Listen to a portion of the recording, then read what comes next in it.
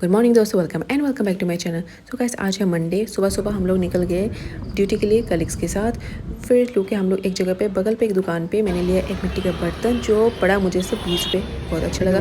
फिर हम लोग खाते गए रास्ते भर मिठाई। हॉस्पिटल पहुंच गए। ड्यूटी के दौरान लंच ब्रेक में मुझे मिले ये दोनों। इनको खाना खिला के मुझे याद आया मिट्टी के बर्तन के बारे में। उसको मैंने लेके बिठाया एक जगह पे और फिर उसमें डाला पानी।